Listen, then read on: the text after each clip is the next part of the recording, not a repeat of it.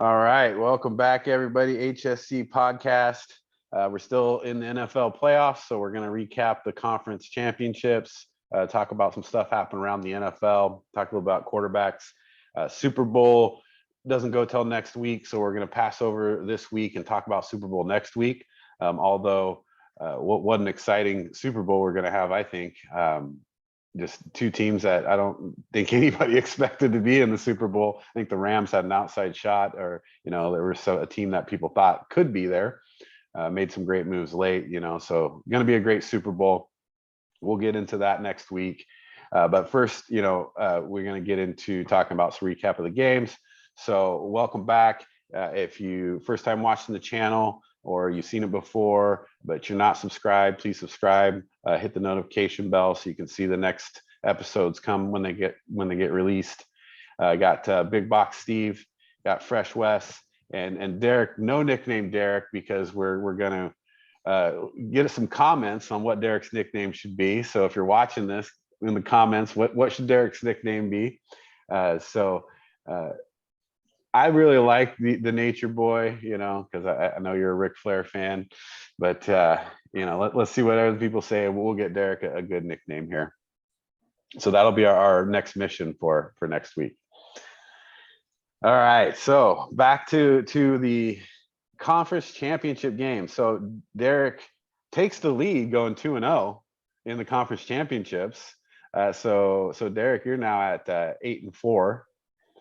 And Wes, you and I are at 7-5, which isn't bad, right? So we're all above 500. So we got some pretty good. I think that the divisionals really was so tough that that really hurt us as a group. Those games could have went either way. It was really hard to pick those games. But this has got to be one of the best playoffs we've seen in a while. I mean, that's just my opinion. So Derek, since you're 2-0, what do you think of the playoffs so far? Talk about the conference. Give us a recap. How'd you get both games right? What happened there? Well, it was funny because the whole talking was on the wild card weekend. Everyone was like, "Oh, do we need these extra games? These games are horrible."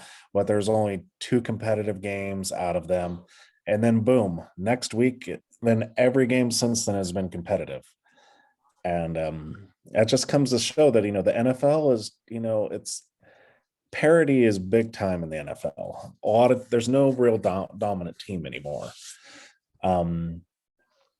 How I picked the Bengals and the Rams, I just like the Bengals is an interesting one because on paper they shouldn't be there. But like our local historian Fresh Wes would say, Joe Burrow reminds me a lot of Joe Namath, and the fact that he's like Joe Cool. He doesn't care. He's just going out and winning. He has no qualms about it. He thinks they're going to win. And he just wills it in. He's like, I don't care. We're going to go out there. He has the bravado and the swag that his whole team just follows him. And they're like, okay, we're going to go out there. Their kicker is going out there in the game against the Titans. And he's like, oh, I can't believe we're going on to the next round. But right before he kicks a 50-yard field goal, right? Yeah. So they have the swagger, and they've gone into Tennessee and Kansas City both and beat 2 really good teams on the road. Now they're going to go into SoFi on the road again, even though they're the home team. So that will be very interesting. And then on the Rams, the reason I picked the Rams is you brought it up though, Von Miller and OBJ. 2 late season acquisitions have totally transformed this team. Now you have Von Miller going with Aaron Donald. Von Miller is looking like 2015 Von Miller. He's looking great out there. You can't block him. And OBJ, he still has one of the greatest hands in the NFL right now. He catches everything. And so that adds another dimension, especially, you have Cooper Kupp, who no one decides they want to guard him anyway. But now with OBJ out there, it makes it even harder to guard Cooper Kupp. So both teams have very dynamic offenses, and that's kind of why I picked both of them. Yeah, and that acquisition of OBJ, I think, really helps Cooper Kupp a lot and makes their offense really dynamic in the fact that, you can't just, you got Cooper Kupp on one of the best seasons ever. And so what are you going to do? You can't double team him because who are you going to leave? Leave OBJ, one-on-one. That's a tough ask for anybody. So that's a tough dynamic there. And I agree that those acquisitions, that they're great. The Cincinnati game in Kansas City, even though I really thought Cincinnati had a chance, and I obviously picked them to win, but I mean, unbelievable what Cincinnati has done in the playoffs. Just great playoffs so far. And I think you're spot on with Burrow there. And so Wes, talking about the San Francisco and Rams game, San Francisco blows a lead. You obviously picked the Rams to win, but talk about that game. I mean, how are you feeling at halftime, third quarter, and what really changed that game? Yeah, I mean, the Niners they are totally shut down the Rams in the first half, which I just had a feeling. I was like, well, the Niners defense looks, they're, frustrating. Stafford gets hurt. Looked like the ball wasn't coming out of his hand the way he usually does. So yeah, I had a feeling that that the Rams were going to come back. But OBJ, like I said, he came and he was playing really well. But I think the difference, of course, Jimmy Garoppolo being Jimmy Garoppolo, was Aaron Donald. The defense really got after him, frustrated him.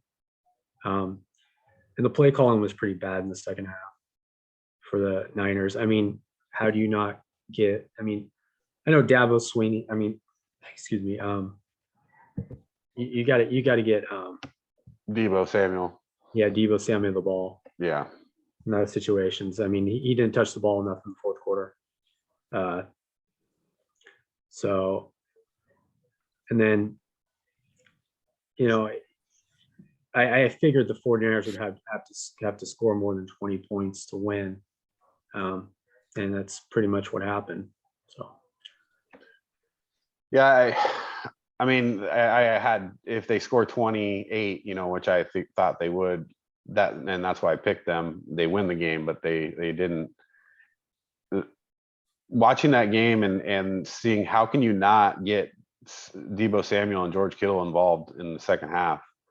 Your offense is sputtering. The play calling is horrible. And, when you look at that, they're down 10, or they're up 10, I mean. And especially the last two drives, to me, here's the thing. That quick screen to Deebo, maybe an option route with Kittle in the slot.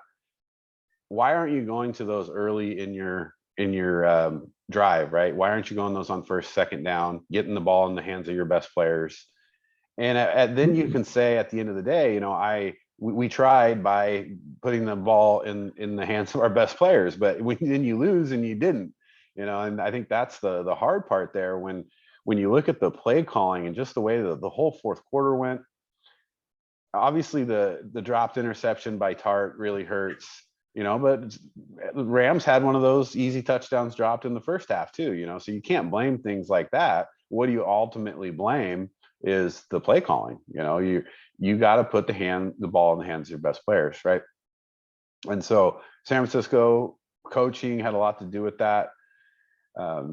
They really, I don't think they came through at the end there. So the Rams move on. And I love all the Stafford memes and a lot of people talking about, Stafford, ended the GOAT's career and now he's going to the Super Bowl and couldn't win a playoff game in Detroit, but now it just shows that he's better than Detroit, and I don't believe all that. I think that the Rams have a really solid team. I think they're good across the board, good defense, good offense, a better than average line, and so the Rams have all the tools. They made it come together late in the season. really well here in the playoffs, and that's why they're where they're at. Cincinnati beating Kansas City. It's hard, to look at that and not think that that's a huge momentum builder for them, because that's a tough ask, right? Go into Kansas City in the playoffs and go down 21-3, and then come back and win that game, and that just Second shows. time they've done that against Kansas City. Right, they did that in week 17 or 16, or right late in the season there. Yeah. So we saw that happen. So what a great couple games again, very close, good playoffs there. So we'll get into what's going to happen next there. And so last week we talked about, we're going to get into the top 5 quarterbacks, and we're going to talk a little bit about now changing of the guard. So if you think about it, if you look at who's retiring, Brady's retired. We've Peyton Manning recently, Drew Brees, Phillip Rivers, all these people that were staples, Ben Roethlisberger, Eli Manning, they were staples of the quarterback position. So what's next in the quarterback position here for the NFL? Who's the top 5? And this is going to be a theme for us going forward. We're going to call it our top 5s, right? And we'll talk about a lot of different topics with our top 5s, but top 5 quarterbacks. So right now in the NFL, what they've done, past, present, and future. What can they do? What they've done right now? What they've done in the past? Who are the top 5 quarterbacks? What's that changing of the guard look like from these? This, I don't know. It feels to me like it's been most of our adult life watching these same quarterbacks, and now we're looking at these young kids coming up. So let's start, Derek. Who's your top 5 quarterbacks, and then what do you feel about the changing of the guard happening? Well, if I'm going to go right now, so don't know what's Aaron Rodgers going to do, but as of right now, he's still in the top 5. I mean, even though I know his playoff record's not that great and losing at Lambeau, but I mean, it's more that he's not a quarterback to play the way their team's set up for the cold and the snow. So I don't give that on Rodgers. So I got no particular order. I've got Rodgers in my top 5, Mahomes, Josh Allen, Justin Herbert, and Joe Burrow. And because we kind of forgot about him because he was hurt most of last year, but Russell Wilson is up there too. Wow, that's okay. So a couple things to unpack there. So first, no Lamar Jackson, right?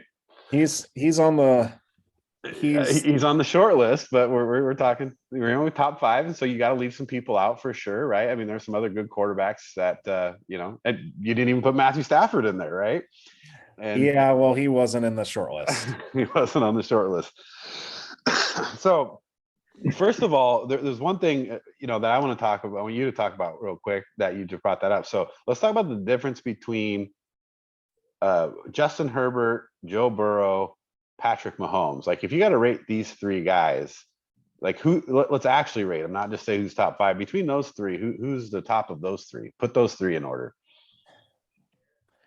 Right now, it's Mahomes, Allen, and Herbert. Allen and Mahomes are very close, but Mahomes has won a Super Bowl.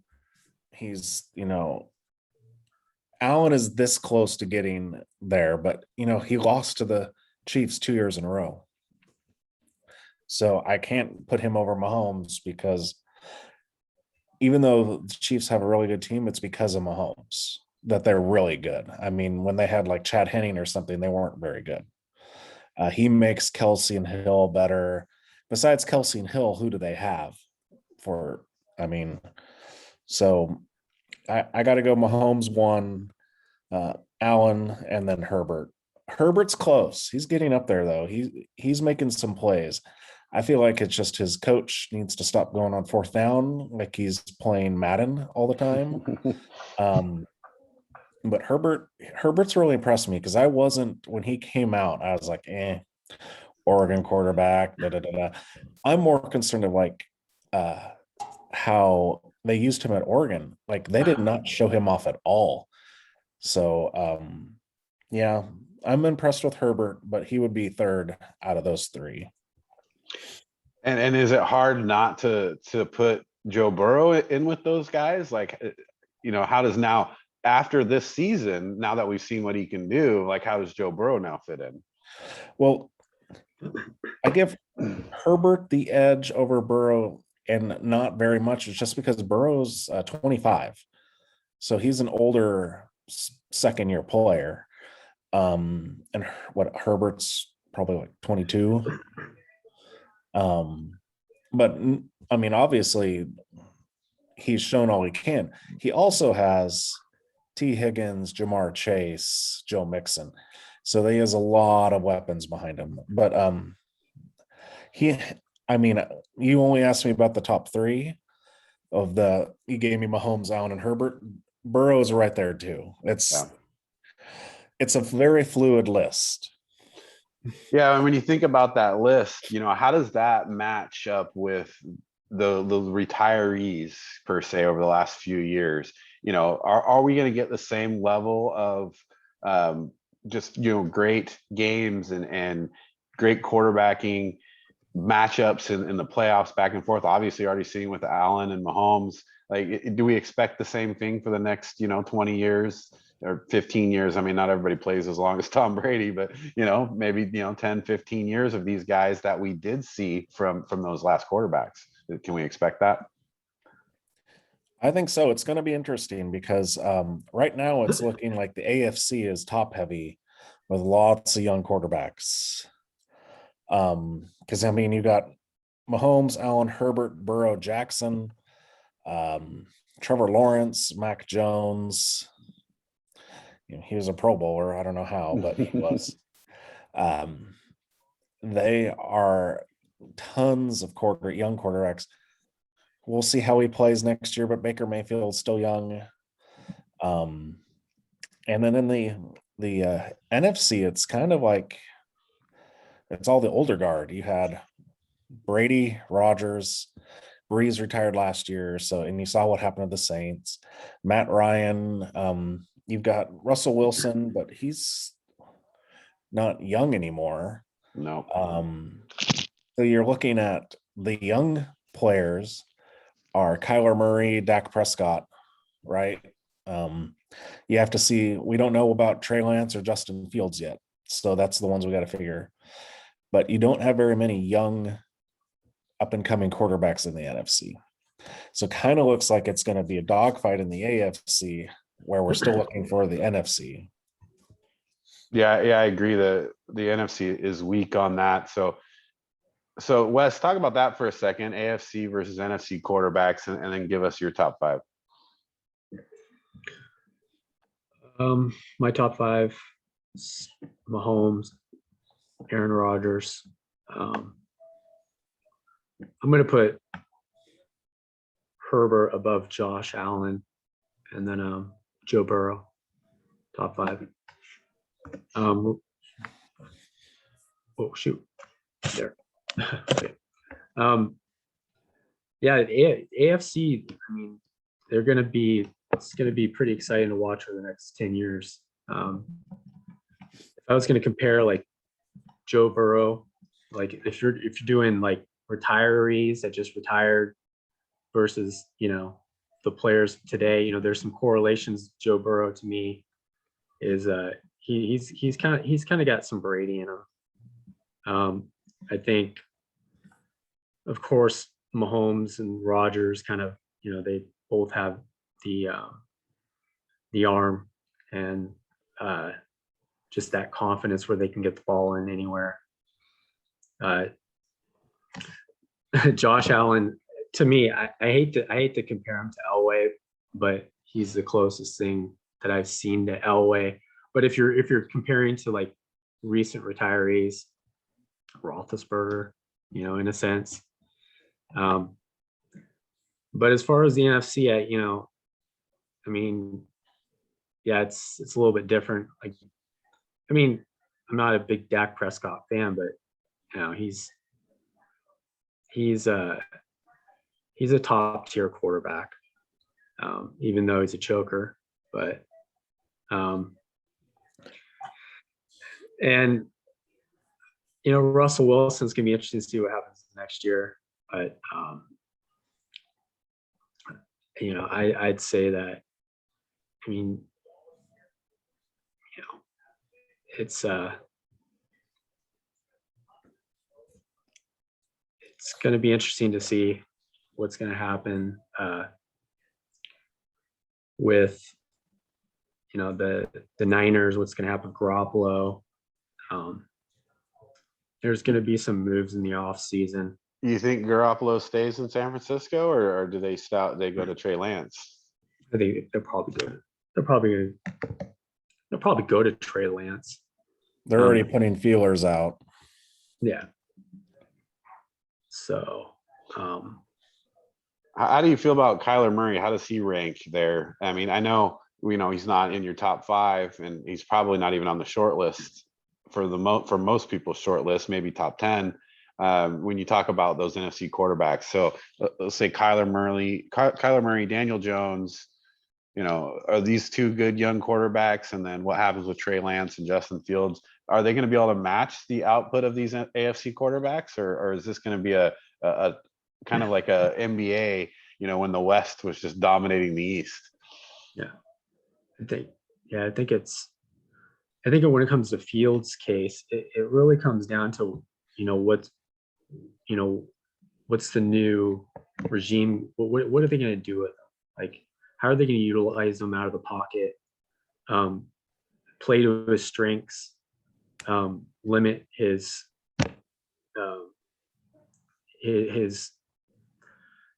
things that he's not that great on. What kind of offense they want to run? I still believe the Bears. I like what I saw from Fields. There's things I did not like. Inconsistency in the pocket.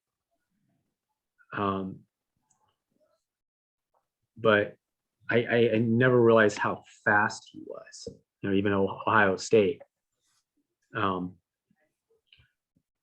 I still think the Bears, I think they could be a contender next few years with Fields, where Kyler Murray, disappointing year this last year. They really should have made a run in the playoffs. Kyler Murray is incredibly talented. He seems to, under pressure, he's didn't play well at the end of the season, running around too much when he doesn't have to run around, not going through his progressions. So that's why I didn't really put him in the top 5. It's just the way he, I guess playing quarterback is 80% mental. If we look at Tom Brady and his physical stature when he came out of Michigan, which was nothing, it's all upstairs. And Kyler Murray, I mean, no excuse for some of the bonehead plays that he made at the end of some of those games. So, yeah, I feel like I think you're 100% right there, because I think Tua has the same problem that you're talking about right there with Kyler Murray, and it's not with the running around. It's just like it's just questionable decision making a lot of times, and as a quarterback, you have to make quick decisions. You got to go through your progressions. You got to read quick, and you got to be able to lead the team. And that's the other problem I think, Kyler Murray has. I think he's got a lot of good attributes. He's a little small. I don't know that he has the best arm strength to fit in some of those deep outs, those digs. He could definitely throw the ball far, but there's a difference between throwing the ball down the field and hitting those routes that are timing routes with arm strength. And I think that's where he lacks a little bit. And so it's kind of interesting to me, and that's why I asked the question about the NFC, because it seems like when you're talking about top 5 quarterbacks, like we're just really talking almost all AFC quarterbacks right now, right? Especially if you're thinking about, what they can do now and what they can do in the future. My biggest disappointment here is Deshaun Watson, because you know, we don't even know what his future is going to be right now. But if you look at what he had done up to this point, I mean, he was looking at like being one of the best quarterbacks in the league, you know, statistically already. If you look at his stats, quarterback rating, everything he was doing. And so that was a disappointment to me because I believe Deshaun Watson is a top 5 quarterback in the league right now. But, you know, we don't know his future. So that one kind of hurt my heart, you know. So I'm looking at that going, man, you know, too bad Deshaun Watson couldn't keep it together. And so looking at top 5, it's hard not to put Aaron Rodgers in there, even with the bad playoff record. He still has a Super Bowl under his belt. He's got the MVPs. You know, his touchdown to interception ratio, obviously unbelievable. He's done great things over the years. He's murdered the Bears, you know, and so I have firsthand knowledge of watching Aaron Rodgers play. So it's hard for me not to put Aaron Rodgers at number 1 right now, just because we don't know the future of some of these other quarterbacks. It's kind of written when you look at, you know, what Mahomes is probably going to do and what Allen's probably going to do. So I still think Aaron Rodgers is probably number 1. Again, Brady retiring makes that an easier choice for me, obviously. And so the next 4, though, it's just so hard to pick these. And the one hard part for me was not to put Lamar Jackson in there, because maybe Lamar Jackson doesn't do the prototypical quarterback things that some of these other quarterbacks do, throw for maybe 5,000 yards and have he doesn't have a bad touchdown to interception ratio, but, you know, not as many touchdown passes. But you can't teach what Lamar Jackson has when he has the ball in his hands. You can't scheme for that.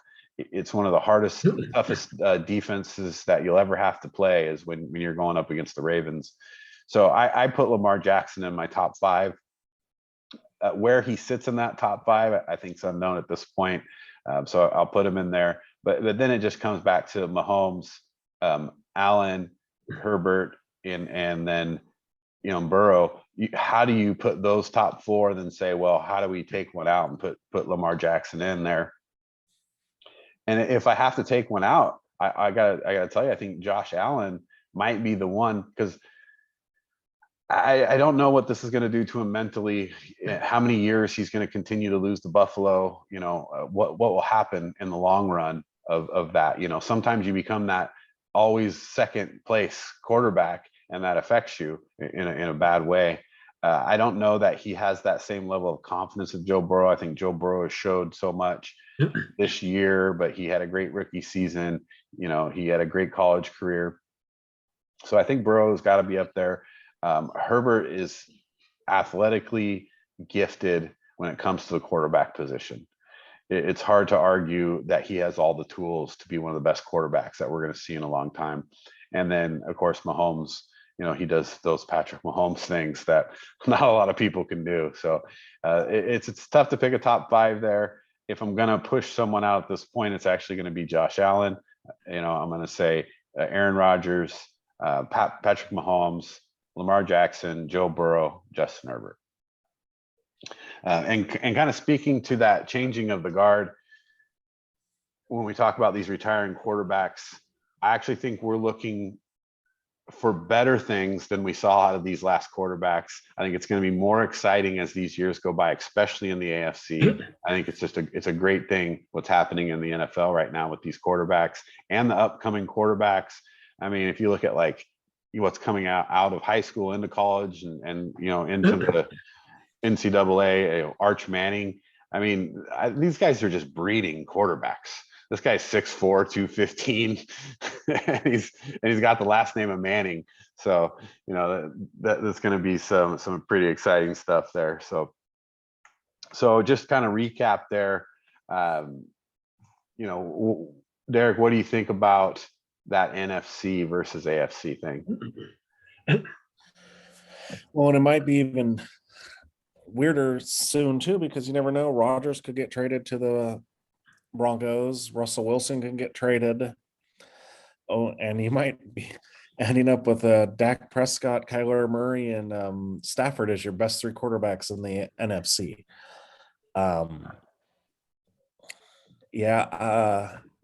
It's going to be interesting because, like, Rodgers isn't going to play for very much longer. He's kind of, already kind of getting close to being done. So then there'll be a changing of the guard, because the problem is like with Russell Wilson, he's in the NFC West, which is, the Niners defense isn't going anywhere. The Cardinals weren't healthy at all at the end of the year, so they'll be back. And the Rams are in the Super Bowl, so he might get buried down there because of that. And then it's kind of wide open because you got the Cowboys and then everyone else in the East. I guess the Eagles made the playoffs, but they didn't have a win against them. They beat up on the Commanders and the Giants. The South now, my gosh, are we looking at the South as the Falcons are the favorites in that division now? What a tough division that used to be. Yeah. And now look at it. Are the Buccaneers going to go in with Kyle Trask at quarterback, or are they going to try and make a move for like Garoppolo or something like that? Which is probably not a bad fit for them. Yeah. So, looking at it next year, you could have a rebuilding Packers team. The East, besides the East of the Cowboys, the South has no one. The Buccaneers have a good team, just no quarterback. And then the West. The Bears and the Vikings, they're up and coming. We don't know for sure for them. The Vikings, you talk about tough luck cases. They could have easily had like 12, 13 wins this year. Right. But then they go and not want to hire Harbaugh. So I don't know what to think about them. They're talented for sure. You look at their team and they got some good players there, especially on offense. Dalvin Cook, and Justin Jefferson, Thielen. The other kind of question mark in my mind, since we'll finish up the quarterback conversation here, but what about Jalen Hurts? He had a really good season, right? He showed that he can be a pocket passer, but he also rushed for one of the more yards than almost any other quarterback in the league. And he looks like he could be an upcoming quarterback. So Wes, what do you think about Jalen Hurts?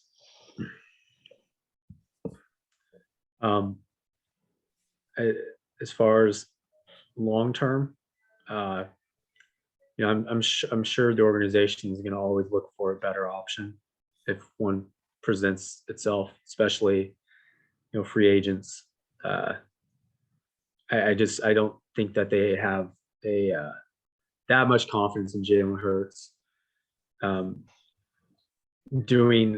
you look at just some of the looking at the other teams, around just the AFC, and you got young quarterbacks that they get the ball down the field consistently, big arm strength and mobile. Jalen Hurts is mobile, but it seems like that I'm not quite sure that he can handle, if things do get tough, especially next year. The Philly fans are going to be all over him. It's going to get in his head. And I don't think that he has that type of, top 10 talent to overcome the whispers and the noises of the fans and just the expectations that they have, no matter how good they are or talent level compared to the Cowboys in the division. I just don't see him as a long-term. They'll always be looking for someone better than Jalen Hurts. Yeah, it's Philly's a tough place to play, right? They do have those high expectations. Yeah, and you're gonna get a lot of that. I think Hurts, he moved around a little bit in college, kind of got passed over a little bit, but he goes to Oklahoma, does well. comes out to Philly, isn't really, the starter, but then becomes the starter. And I think it's one of those things that, if he overcomes, he's got some good talent behind him. And I think you're right, though. It's just, you just got to kind of see how it plays out. Can he keep it out of his own head? Can he keep playing at a high level? I mean, Devonta Smith obviously is a great receiver. If he can develop a connection there, they can really do well. So I think exciting things happening with quarterbacks to come. Great conversation around quarterbacks. I really, really love the new type of quarterbacks that are getting chances now, as far as mobile quarterbacks and quarterbacks that can run RPOs, and then you still have the the prototypical too. So I think the quarterback position has changed in a way that's made the game better, and it's made it more exciting, and it's really going to be great going down the road. So I'm excited to see what happens with quarterbacks coming up. So with that in mind, I want to move forward here. Talk a little bit about, we've had a lot of talk about overtime specific rules, right? And we talked a little bit about this. And so I want to talk about overtime rules, but I also want to just talk a little bit about NFL rules in general. So before we get specifically into overtime rules, one of the things I want to cover is DBs and their ability to play defense and pass interference, and just like, what's happening with DBs right now. Can they even play their position? Are the refs, allowing them to? Are there too many calls, too few calls? What's happening with the rules, the refs, the DBs specifically? So Derek, what do you think on that? I think it was more egregious last year. Watching games this year, it wasn't like last year. It seemed like you touch them and it was a flag. It also just depends on what referee crew you get, because some are very like, oh, you've touched him, it's a flag, and some want you like just have your hands all over him and just let it go. It's always going to be an issue with pass interference because defense is all reactionary. So you can be in a DB, you're on an island. Most of the time when it's pass interference, it's in man coverage. So like just Mahomes scrambles around for an hour, just running around, throws the ball up in the air. It's short, so Tyreek Hill stops, and the DB runs into him, and it's pass interference. That's kind of like, it's like, come on, really? It's like, you can't do much with that. And so for me, or like it was good for me, but the one where Zay Jones, it was like 5 yards away from him. I mean, you can't call that pass interference. It's uncatchable. If anything, it's holding, defensive holding. I feel like there's a lot of them that they call pass interference where it should just be defensive holding. And spot fouls, that's kind of a killer too. Because a lot of games get decided of, difference between 5 yards and 50. So. Yeah, how about some of the newer rules as well? Specifically the blocking rules. We saw this a couple times. Let's talk about that as well. With the blocker comes out, the defender goes low to try to get around him or make a tackle. We even see sometimes where they made a tackle, but then they got called for going low on the blocker. So how does that rule come into play there? And what do you think about that rule, Derek? I think it goes against everything that a defensive player is taught. It's kind of ridiculous. You're basically, there's a blocker coming at you. You dive down low to get by him. And since you go down low, then it's a flag. Most of the time on those low, they're not like chop blocking. It's actually, they're trying to get to the ball carrier. I know it's about player safety, but when is it ever going to be about defensive player safety? It seems like it's always offensive player safety. And there was a few plays where like great defensive plays, blocker coming at them, they kind of juke out of the side, dive, trip up the runner for a loss. And then I think, isn't it like a 15-yard penalty? Yeah. That's a killer. That kills it. I mean, you stop a run for like 1 yard or negative yardage, and instead, no, you just gave them 15 yards. There's too many 15-yard penalties in the game. too many times it'll be 3rd down and 25 or something like that, and you get some kind of nitpicky 15-yard penalty, automatic 1st down. And I think that's the issue I have with some of these plays. It's like you need to 15 yards seems a lot of very excessive on a lot of these calls. Yeah, I agree. There's a couple in there that you can definitely get prime examples of there, but player safety is important. I mean, so Wes, like, player safety as well as anybody, right?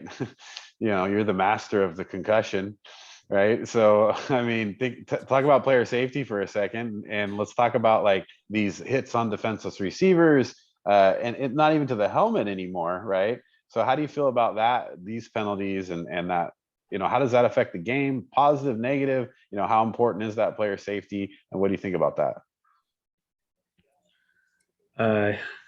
Was the one hit on in the Rams game on Deebo Samuel? I mean, when you've initially looked at it, it was helmet to helmet, and then you slow it down, and it was a great hit. But that's the problem is you got these players that they're not even, they're trying not to create helmet to helmet contact, and it seems like they're still getting punished. And it's as of course player safety should be is paramount, especially with all the things that we know about concussions. But at the same point, this is your job. This isn't pee-wee football. You know what you're doing when you sign that contract. You know the risks, and everything's being done to prevent players from getting hurt, and quarterbacks way too much. But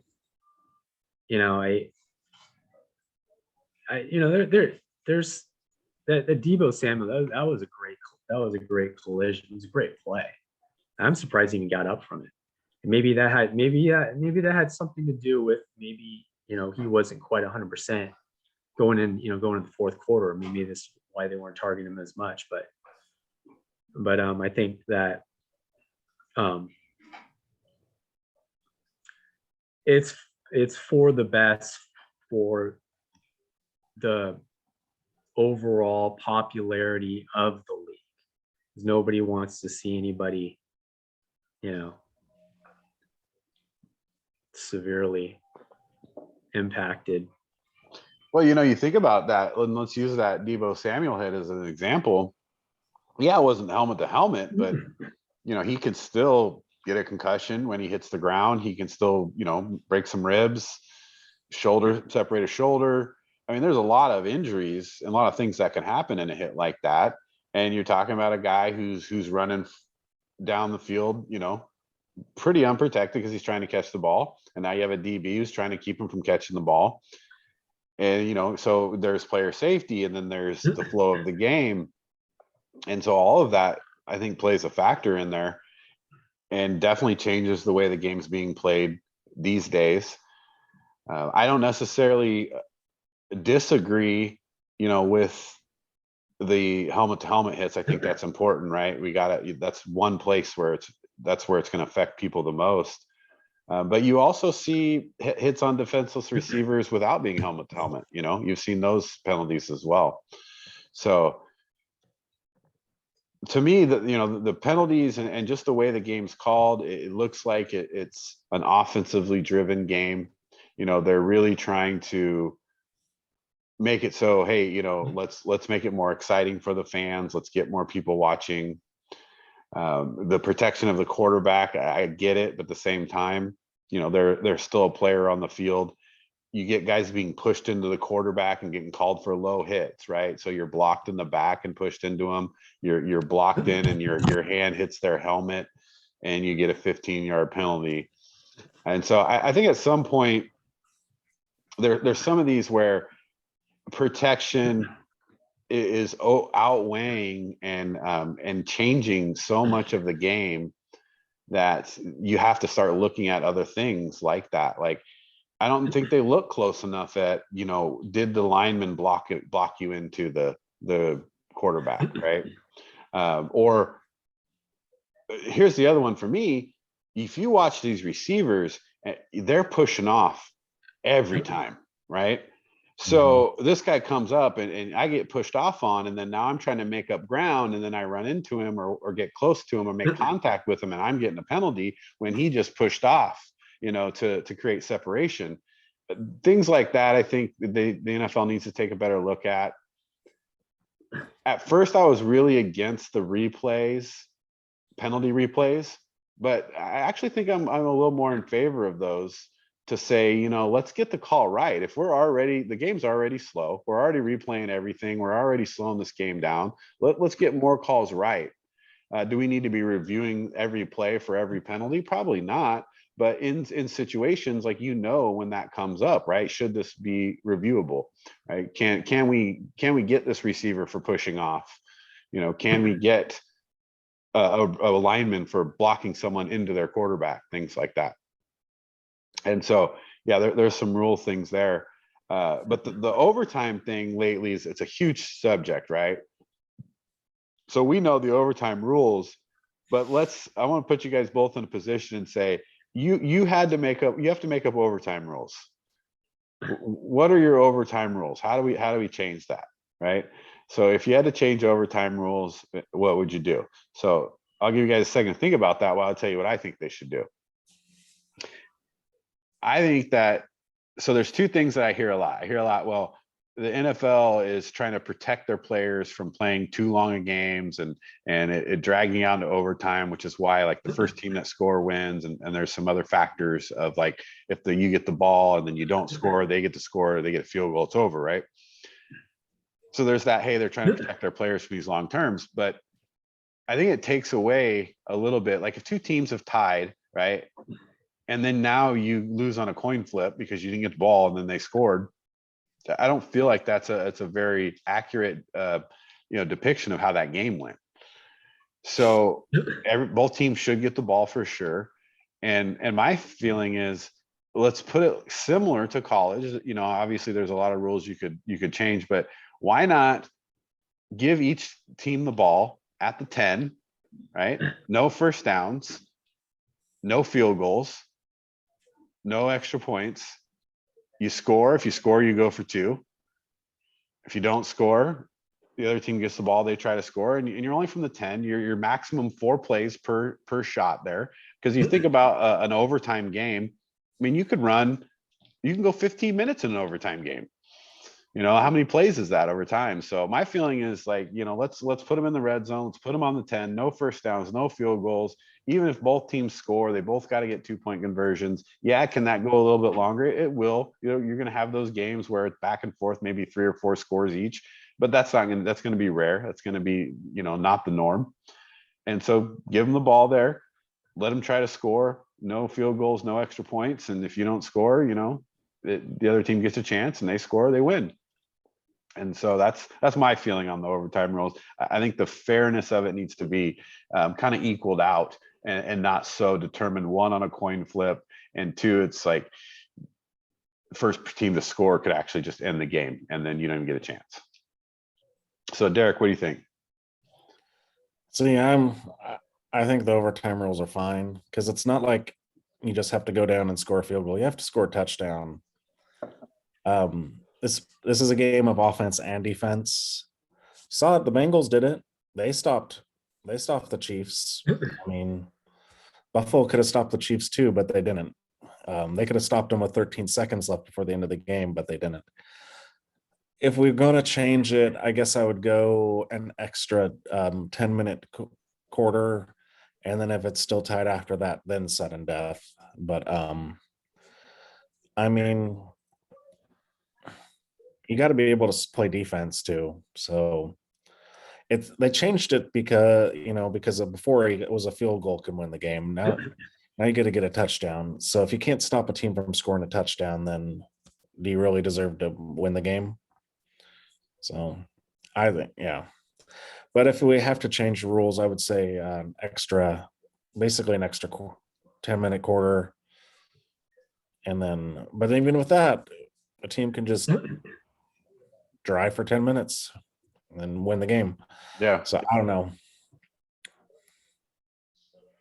Yeah, it's tough, right? I mean, yeah, you're saying, hey, you got to stop them from scoring a touchdown, but let's take an example of two offensive teams going at each other, like Bills and Chiefs. Like there was no defense in that game anyway, So Bills are a top 5 defense. They should have stopped them. Yeah. It's not. Bengals don't have a top 5 defense. They stopped the Chiefs. I mean, you just have to go out there and play. And you know what? You're the Buffalo Bills. You're a top 5 defense. You have a great defense. And then you just let them, first off, you just let them get before that, they drove down the field. Tyreek Hill peace signed you. And then like you let Kelsey and Hill run all over the field. It's like, have some pride. Play some defense. You didn't play any defense. Bengals had no problem with it. Yeah, no, I mean, it's a valid point. They were able to stop them, but maybe they don't. Then the Chiefs win the game again. Now you have more of that controversy. But and it's not that the overtime rules need to change, right? You're happy with the overtime rules, and that's good, right? So, Wes, how do you feel about the overtime rules? You good with them? If you change them, how would you change? It's I agree with Derek. Is if you can't defense just as much of I know everyone wants to make it a offensive game, but the defense is just as important as the offense. And if you can't stop them from scoring a touchdown from basically anywhere at 70, if you can't stop them from 70 yards, you don't deserve to win the game. But it kind of sucks, especially watching the Kansas City game when, you want to see Josh Allen get the ball. Too. So I think you can kind of possibly just put the ball in the 30 and say, team kicks the field goal on, they don't get a touchdown, kick the field goal. The other team has to score a touchdown to win the game. You could do it that way just to shorten it. So it's not, we don't have such a long overtime. You could do something like that. The college idea is, I like that for the playoffs, for if you want to make it really exciting, hey, you put the ball on the 10-yard line, you got to score a touchdown and you got to go for 2. I like that for the playoffs and the Super Bowl. As far as the regular season, I think it kind of play too much into college where it's like you're just kind of trying to be over dramatic. Even though I hate field goals, I've always hated. I wish you could just get rid of field goals. Yeah, no field goals at all. For the whole game. In games, let's just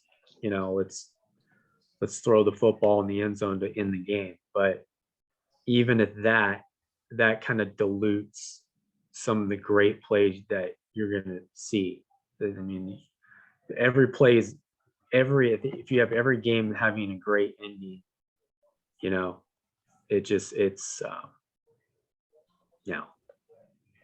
Well, I mean, the reality is there's not a lot of overtime games, right? I think the playoffs here definitely recently were more than what you're going to see on an average for sure.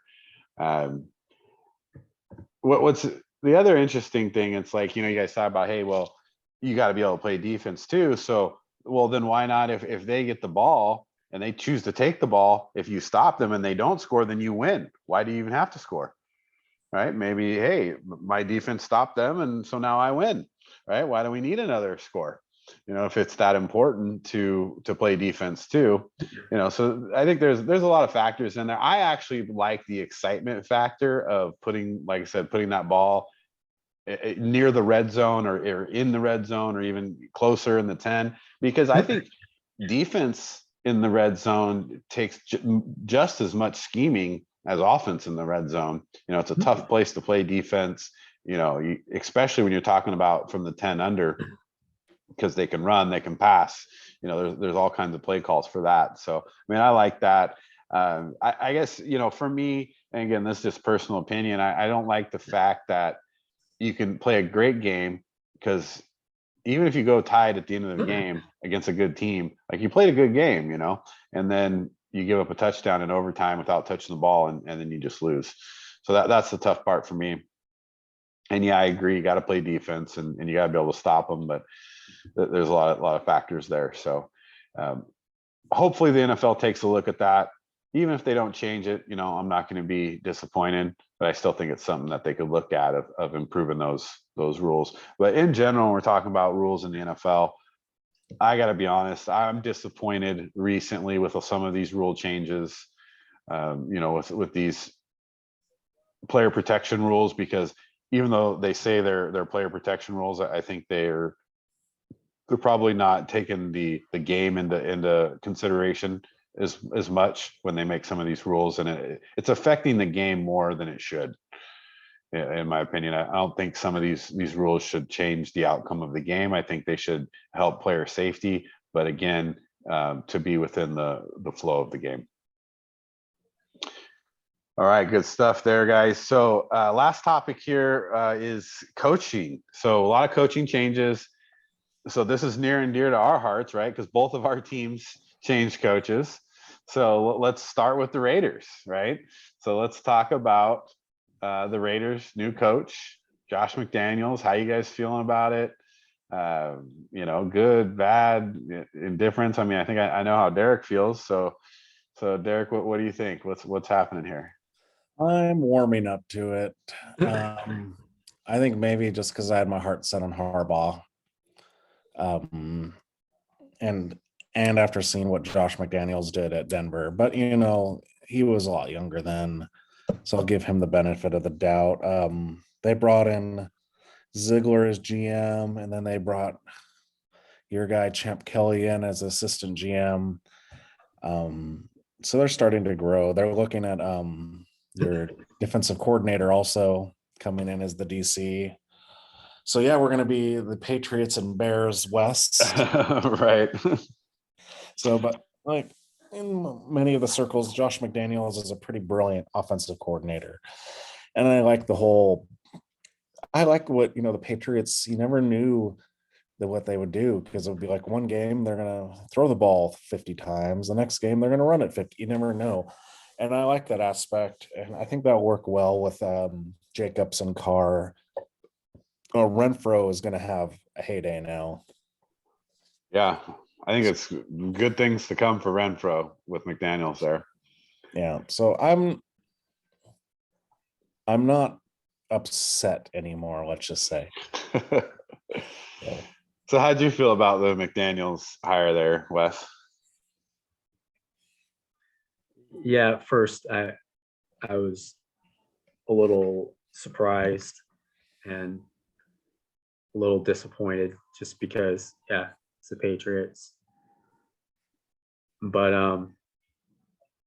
watching McDaniels over the years and just schematically understanding basically how to take apart a defense methodically and in so many different ways that he can do it, I think it is a good hire offensively.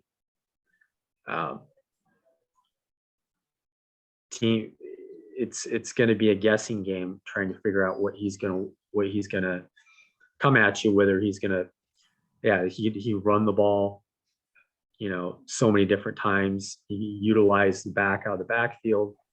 Renfro is going to really benefit in the offense, and it seems like that he wants Carr, and I think he's going to play to Carr's strengths, and he's going to maybe give him more confidence and maybe taking more chances, or opening up those opportunities where he doesn't feel like that he's going to have to force the ball. I overall, I think even though at first it was a surprise, I think it's a good hire. It's a safe hire. I feel like they kind of had their heart set on him because they didn't interview a lot of coaches. No, I think, yeah, the whole thing I think happened, and we could get into it a little later with Brian Flores, but yeah, it seemed like they interviewed Bisaccia because you have to. I mean, he took you to the playoffs, and then you interviewed Jared Mayo, who's the linebacker coach, and they interviewed Bowles, right? yeah, Todd Bowles.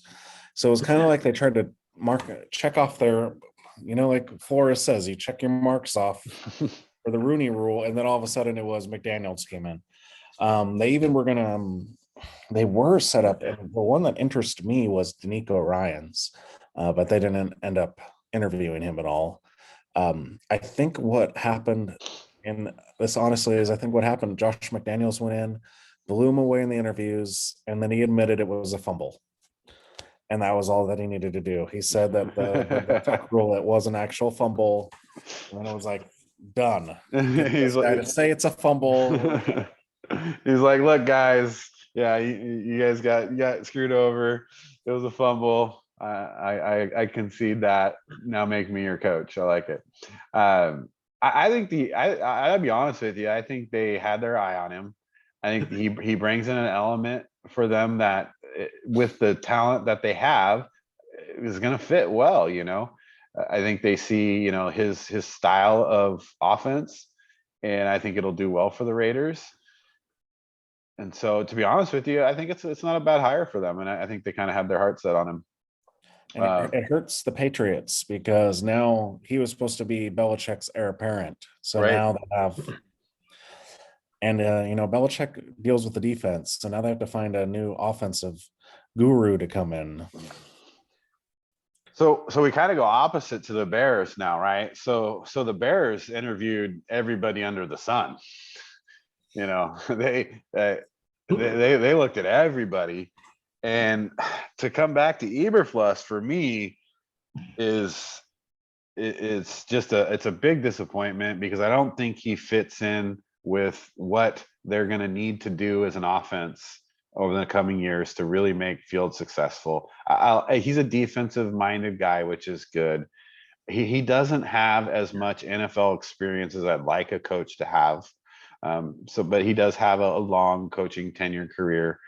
To be honest with you, this is, I think we could have looked at guys, and we didn't interview Bieniemy, which I think is a disappointment to me. Maybe he didn't want to interview. But Byron Leftwich, I think, to be honest with you, would have been a good fit as far as what we wanted to do offensively.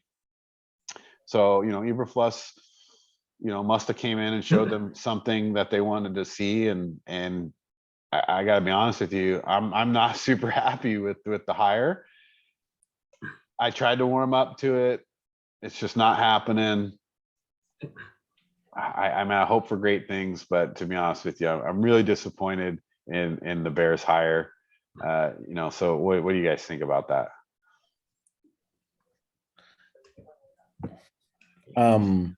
With him, I was digging in, doing some research. He comes from the Rob Ryan tree. And he took over the Colts defense, and he actually made he's been there since 2018. He had stops with the Cowboys. So he's been under Rob Ryan. So a lot of blitzing, different 3-4s.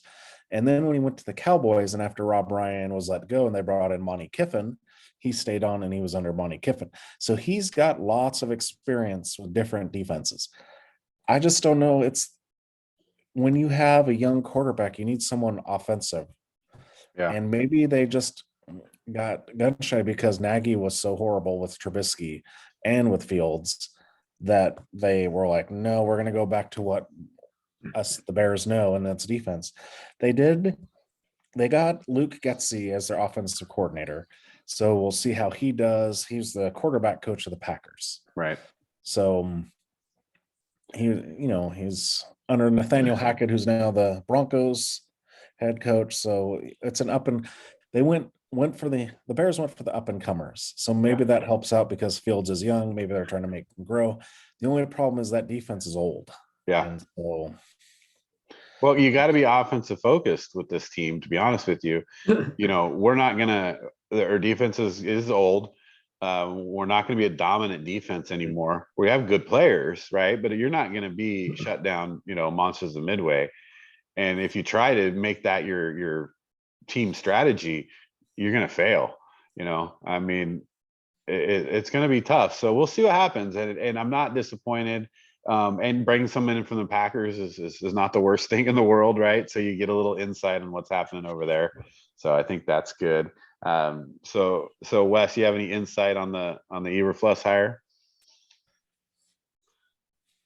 Yeah, I'm surprised that they didn't really go for,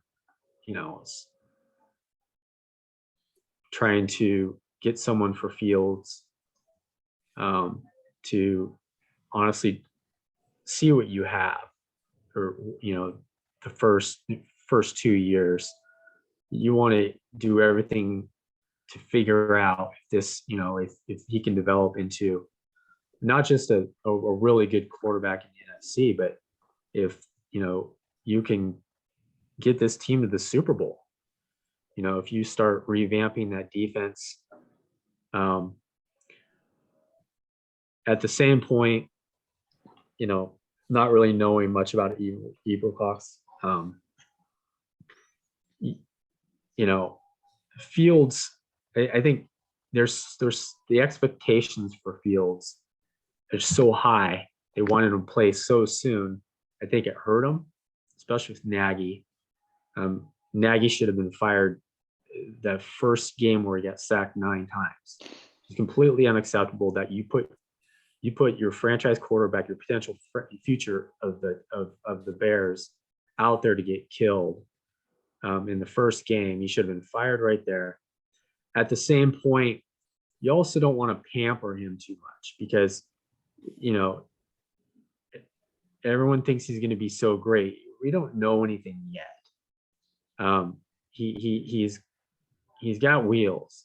He's got a good arm, but progressions, again, it's upstairs, and I don't think you want to also. You're gonna have to rebuild that defense. And if Fields is gonna be what people think he's gonna be with anybody that's gonna be offensive coordinator because of the talent that he has, the ability to move around the pocket, create with his legs, improvise. If he's gonna be that great, then he could be that great. But if not, they're going to know very quickly. Does it hurt? So that's the question, does it hurt? Like, think about, I'm not saying Byron Leftwich is the perfect person for that job, but he's a quarterback.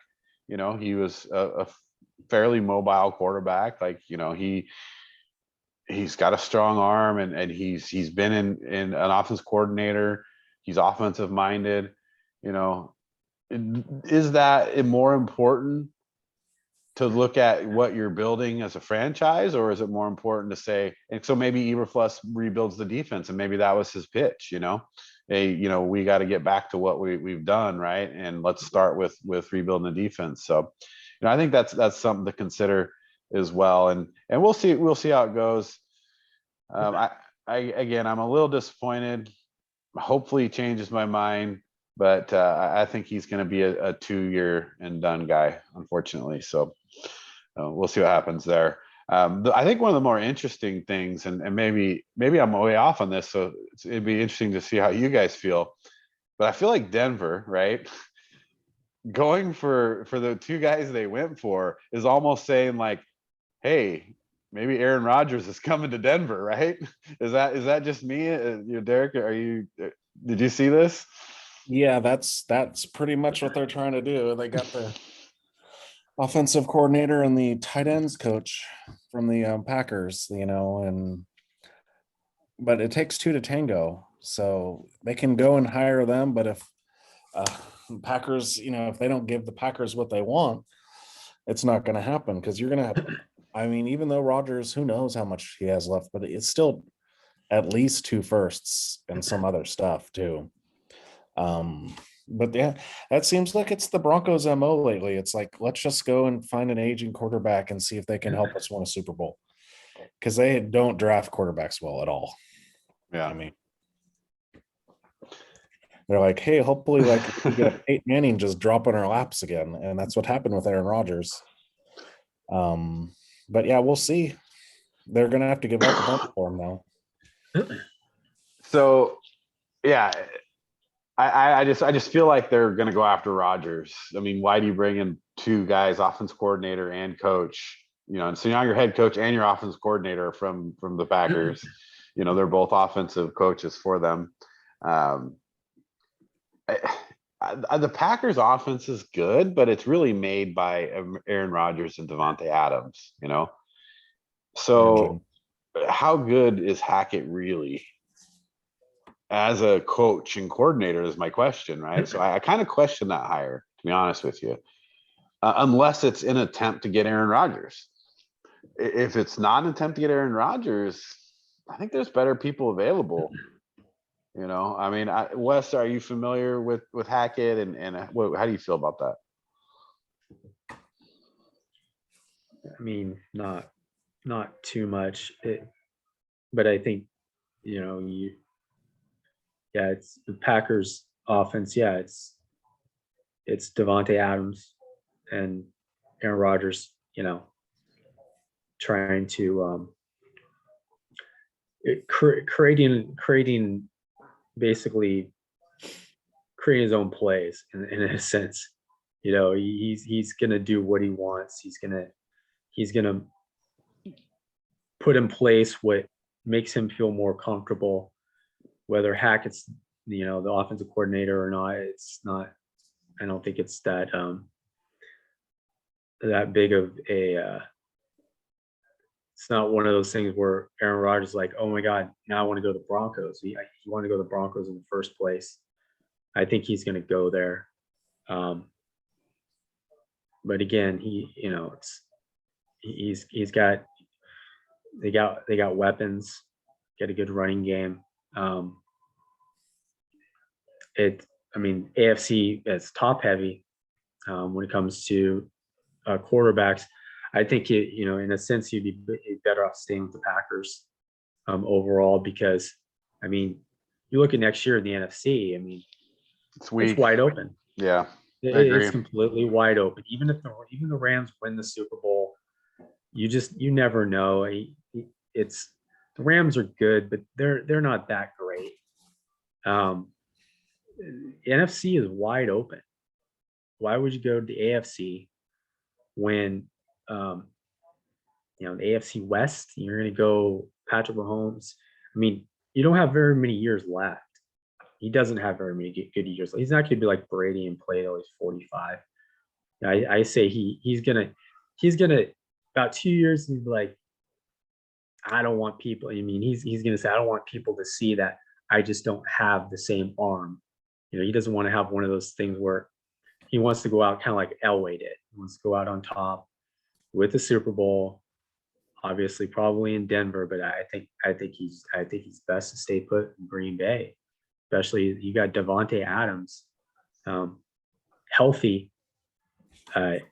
He's virtually unstoppable. But Devontae Adams is going to be going to the Raiders.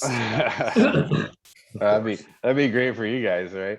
And yeah, you don't know. Maybe he leaves, right? And then why would Rodgers stay, right? I think it's a stretch to hire Hackett, though. Just to be honest with you. Well, and it's weird too, because they're going to sell the team. They're up for sale, so it's kind of an odd thing. A new owner's going to come in. He's like, "Who's this dude?" Right. He's not someone I want. If they don't get Rodgers, it was kind of a bust move, I think. Yeah. So, and then and that's the thing what Wes said with Rodgers. It's like you're going in with Mahomes, Herbert, Carr's no slouch. It's not like it's the Lions and the Vikings and the Bears. It's going to be a lot harder to go through those teams because you have to play them six times. Yeah, that's probably the toughest division right now, right? I mean, NFC West. Yeah, I think they're both real close, to be honest with you. I think that the AFC was a tougher division this year, so some of those teams lost some games to some tougher teams than on the NFC side. So it kind of brings to our last point topic, but also talking about the Giants hire, right? Which is feeding into this Brian Flores thing happen right now. So first of all, when we're talking about Brian Dablo, I think this is a good hire for the Giants, to be honest with you. The guy's got a lot of experience with a lot of good teams through college teams and NFL teams, and he's been with top teams. He's kind of paid his dues. He's got a lot of experience, and I think he's a good fit for the Giants. But then now we've got this let's talk about this Brian Flores lawsuit. Just like a first initial reaction. What are our initial reactions here? So Wes, what do you think? What do you think about this Brian Flores lawsuit? And the whole coaching thing, as far as more minority coaching, the Rooney Rule, things like that. Yeah, I mean, I try to tune out, this whole, the Rooney Rule,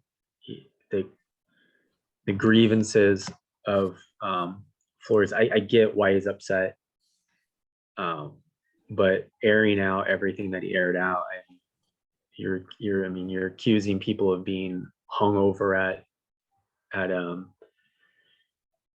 the interview, and that's why you didn't get the job. And then the text messages from Belichick, which was bizarre. It sucks. I get why you're upset. You just lost a job, which you probably shouldn't have lost, and especially in his head. But to come out so soon, and then going back to previous interviews and saying that this is just racially motivated. Even there's only one African American coach in the NFL. You get it, but there's also less than 30 teams, or what's 30? There's I don't like saying that. Well, we have percentage wise, and 8%, 12% of the population, you have to have 12% of the coaches in the NFL African American. So because you have so many African American players, I'm sick of hearing about it on First Take and them talking about it all day long, besides talking about the Super Bowl and what a great matchup that we have. So do you think Brian Flores, first of all, let's just talk about his losing the job at Miami. And so, you just said, maybe he shouldn't have lost his job. Do you think that he shouldn't have been fired as the Miami head coach? Well, I think he could have given him one more year, especially the way they played during the last half of the season. You are the Dolphins. They've been dysfunctional for years. It seems like players did respond to him.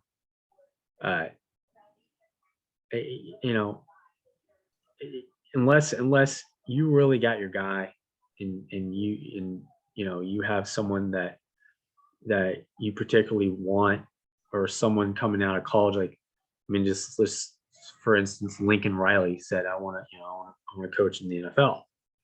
Okay, I get it. You fire him, but either way,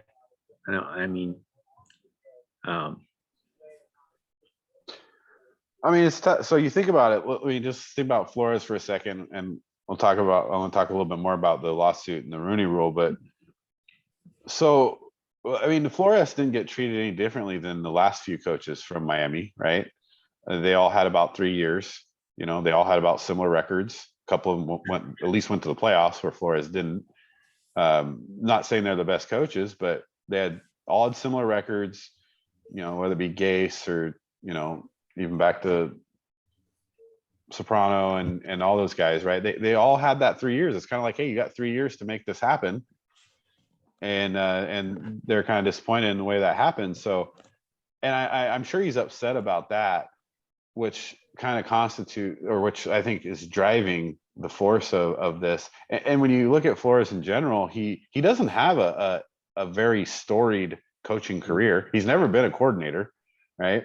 He's only been with the Patriots as a scout, and then as a doing some other stuff on special teams. I think Miami took a chance on him, to be honest with you, in the first place, and gave him 3 years, and he didn't do bad, he didn't do great, and they're looking for moving forward. So I don't know that you can't say it's not justified. I don't know if it's necessarily justified of his firing. But now, I mean, talking about Denver and the Giants and this specific grievance, Derek, what's your gut reaction, and what do you think's happening Well, there? I actually totally disagree with you both. I feel like Flores didn't get a good opportunity there. I remember when he got hired, it was basically this is the stopgap coach. He's going to come in, they're going to lose a bunch of games, and then they're going to fire him, and then they're going to get the coach they want. It's basically the same situation with David Culley, except Flores went out and had winning records the last 2 years. I don't think Gase ever did what he had to do with the roster that Flores has had. The Dolphins were trying to get the number 1 pick. Let's tank for Tua, and Flores wouldn't let it happen, and that's why he's gone, is because he didn't tank and he won games, and that's why Culley's gone, because they started winning games. It's kind of like they hired these coaches just to lose, and then they get rid of them. But they got Tua though. So I mean, tank for Tua, but they got Tua, and then they got Waddle, right? I mean, yeah, you're looking very similar to what Cincinnati did, and now Cincinnati's in the Super Bowl, right? But that's because Burrow and Pace are better than Waddle and Tua. But it's still a similar situation. Yes, but I don't think. I feel like with Flores, it's true. It's the Rooney Rule. Although it's I know what it's meant to do, but it's kind of a sham, because all the people do is, it's kind of like through the many jobs I've had through my life, you go in and you're working, and then there's another, like a promotion available. Everybody already knows who's getting the promotion, but they still have to interview a bunch of people. Yeah. And that's kind of what happens in the NFL, is just like, look at the Raiders. They interviewed a bunch of people, but then they go and hire Josh McDaniels. The Giants, everyone knew Daboll was going to be the head coach. They talked about that as soon as Schoen got hired. And I feel what it is with Brian Flores is he's just, he's becoming the token. It's like, he's becoming the Dennis Green. It's like, we need a black coach to check a box. So let's interview Flores, because he is young, up and coming. He did pretty well. It'll look good to interview him, and then it's kind of wasting his time to do these interviews. We'll see what happens. He's on the Texans and the Saints. Yeah, I think Jags interviewed him too, right? So I mean, Jags just hired Doug Peterson. Okay, so he's off that. But Texans.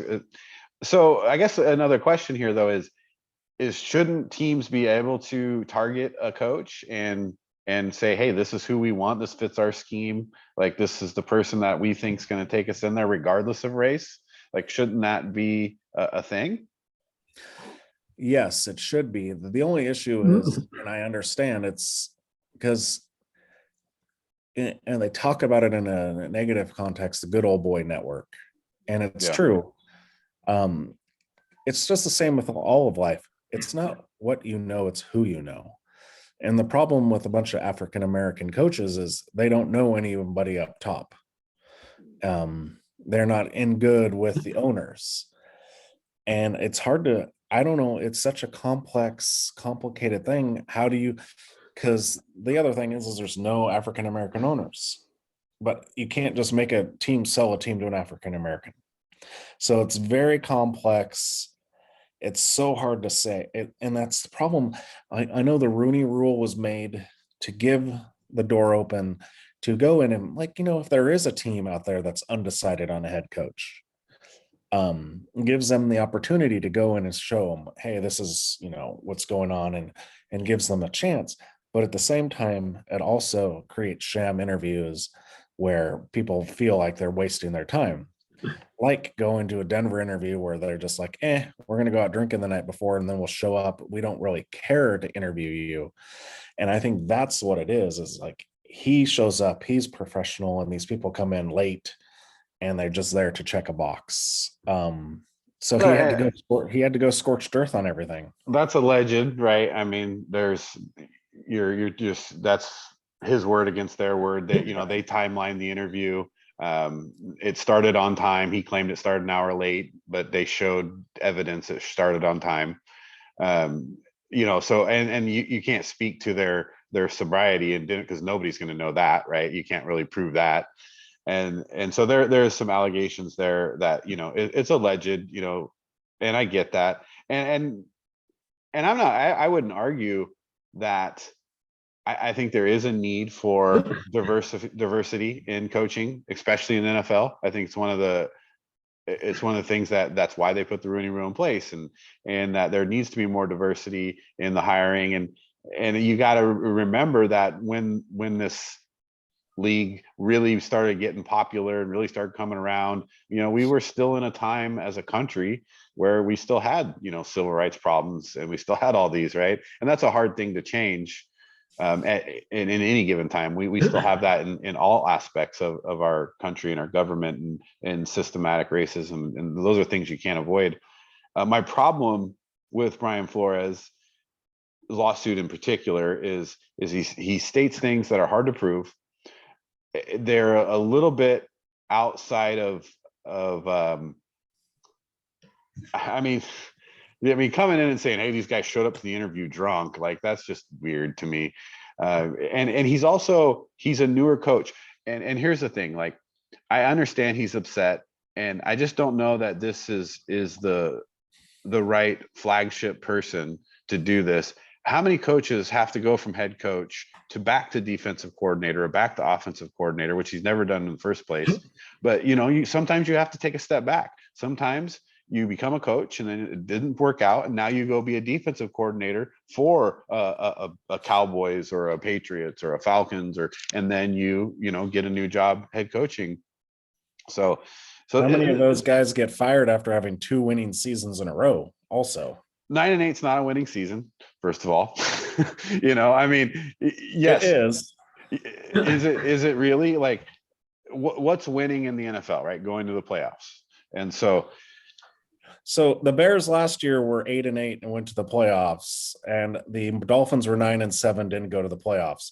So the Bears had a more successful season because they were in a crappier division and conference.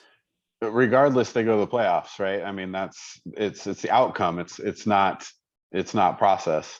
So, but to come in and say, hey, I had 2 winning seasons, when like I said, 9-8 is not a great winning season. There's also a lot of he made a lot of questionable calls throughout the season, right? He went for some 4th downs. He made some bad decisions in there. But regardless, Miami was in a position they're upcoming. They made some good draft picks. They're looking for the future, and they wanted somebody to take them in there, and they don't believe that he's the person. So that's okay. But to come back out and then and his number one grievance wasn't even against Miami. Now he's talking about other teams and trying to bring that up. Oh no, Miami with having him paying $100,000 per loss. Again, alleged, right? Can't prove it. I think you don't allege that stuff. You probably have proof. You would Also, hope. get into the fact you talk about him just going in and becoming a coordinator. Adam Gase, the last 2 years at the Dolphins, 6-10, 7-9, bloop, becomes a Jets head coach right after he gets fired. So he can become another head coach right away. But Flores, who had better record than him, has to go to a coordinator position. We don't know that he's not going to become a head coach, and probably now that he's filed a lawsuit, he probably won't, right? If he would have just went through his interview process, maybe he's coaching the Texans like coaching a Jets, right? So that's the same thing. He just paved his own road, and now he's going to do himself what Kaepernick did, and he's going to put himself in a position to now be outcast, right? Does that mean he's not doing the right thing or the wrong thing? That doesn't matter. It's hard to look at his situation, everything coming up to that, and say, this is definitely racism against him. There's just not enough evidence. There's not enough things that you can say that. Right now, there's not. There's still a trial. There's still a lawsuit. We don't know all the evidence. Yeah, and again, you don't know that what he's saying is true. Like I said, you said the same thing. You said, well, he did this happened. Well, we don't know that happened either. So there's a lot that's going into that. The reality is there an overall problem? Yeah, right. But I don't know that Brian Flores is the right person to be the flagship behind this problem, to be honest with you. And that's my issue with the Flores lawsuit. I hope he gets a job somewhere. I think he's a good coach. I think he needs more experience. He's only been with one team. Like I said, he's not been in a lot of different positions there, but he didn't do a bad job in Miami. He didn't finish with an overall winning record either. So that's just the way you look at, coaching. Like, you're looking for success. So it's a tough one, and I think it's an issue that needs to be addressed in general, for more than just the NFL. And I hope they do address this. When you look at, say, Todd Bowles, Byron Leftwich, they interviewed for just as many jobs, just as many different places. Maybe they speak up, maybe they don't, but why aren't we hearing from other people as well? Right. They have jobs also. Well, Brian Flores could easily have been a coordinator somewhere, just like them. He could, again, he may still be even a head coach. So there's a lot to unpack there. But that's a continued conversation. We'll see how that plays out. It's going to be interesting. I hope the NFL. I mean, you think about this for years, like they've been thinking about this. They've been putting things in place. I hope it's something that they continue to talk about, and this does bring things to light. Unfortunately, I hope this doesn't kill Brian Flores' career, because I do think he has a future in the NFL. But again, you're putting yourself between a rock and a hard place there. So, final thoughts, Wes? Any final thoughts there? I think he puts himself in a position where, he's going to be a coordinator. He's probably not going to get an opportunity, at least in this next 2 cycles, probably for consideration. But I think he should probably just go be a coordinator, or just be, put that. I don't see how anybody's going to want to hire him in the short term. Yeah, that again, we don't know how that's going to play out, but that's kind of tough there. But yeah. So, Derek, final thoughts? We didn't talk about how stupid the Vikings are. You literally had Jim Harbaugh come and Right. said, we want to interview you. No, you hire him. He does not need to interview. Yeah. You guys are the Minnesota Vikings. Just hire him. No, we want to interview you. No. That's why you guys the Vikings suck so badly. because they're a dumb franchise that does dumb things. You hire Jim. They end up hiring the Rams offensive coordinator. Yeah, talk about what has he proven? Right. I mean, come on. You're an offensive coordinator for the Rams. Who calls the plays? Sean McVay. Right. Jim Harbaugh. Come on. Yeah, I think there's as I look at some of all these coaching moves this year in particular, and again, nothing again, it relates to Brian Flores, but I think it relates to all of them, is there is kind of a lack of coaching depth, of experience, and people are more willing to take shots on people now, where I kind of feel like that wasn't the case, years ago with some of those coaches that were established for many years. But yeah, I agree. Minnesota, I think, missed the mark there. I think a lot of people missed the mark. I think Harbaugh is definitely ready to come back to the NFL. Yeah, not now. Well, that's the other thing. It's like the Dolphins fire Flores. Have we even heard of them even interviewing anyone? They've done some interviews. They haven't really talked about who they're going to hire. They've interviewed quite a few people though, actually. They better hire an African American or yeah, they're going to be in trouble. I think that's tough. And this is, I think this is going to be debated for a long time, right? I mean, this is something that, I mean, if you're watching any ESPN or any of these things, that it's going to get hotter and hotter on this, especially what's happening in the world, especially recently. This is going to be an issue, but especially if Miami hires Kellen Moore, like they're going to burn down Joe Robbie. Isn't Joe Robbie gone? Well, the stadium. I mean, I think it's a different name now, but that's what I call it. Well, here's the thing, and this is another conversation. What if what Flores is saying about the owner of the Dolphins is true? Right. That is going to cause so much chaos. I thought about that. I mean, and here's the hard part I have with that. Like, we all know tanking's a thing, right? Now, paying to tank, I guess, is different, but we know the Browns tanked, and we know the Dolphins tanked, and, the Bengals may have tanked for Burrow. I mean, how long have teams been tanking? And is there anything really wrong with tanking? You're not making the playoffs anyway. Well, you're trying to get a better draft pick. Now, when you talk about betting for it, and I mean, there's other factors, but teams have been tanking forever though, right? I mean, that's not a new thing. So to come out and try to slam that guy for he's not the only one to ever tank. Like, you're not the first person to do it. You're not the first guy that thought of that. So that one's I guess there's other things to think about when you talk about, paying for it and making it, and then holding it against someone if they had a bad season because you wanted them to tank. That's whole different scenarios, right?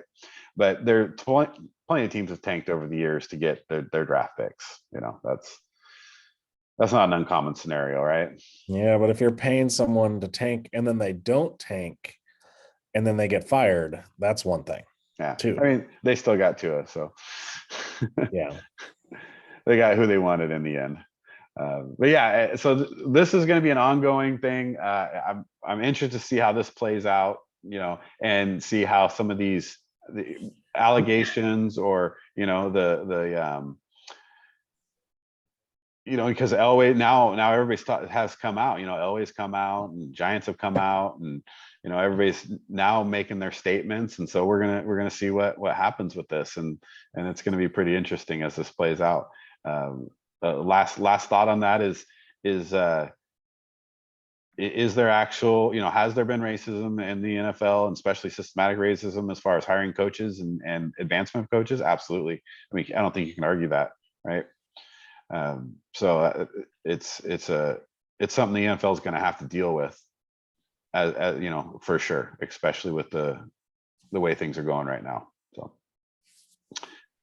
All right. Well, good conversation today, guys. Can't wait to talk about the Super Bowl next week. hopefully, for those of you finishing off the episodes here, we're going to try to get Dustin on one of his podcasts here. Maybe a couple of them, talk about his trip, and then we're going to try to get Big Mike, Chef Michael. You guys have seen him on some of the other videos, so he'll definitely help us dig into the racism topic in the NFL. So good conversation here, guys. Let's wrap it up. And for those who are watching, please subscribe, hit that notification so you can see our next coming up podcasts, and we'll see you guys next week.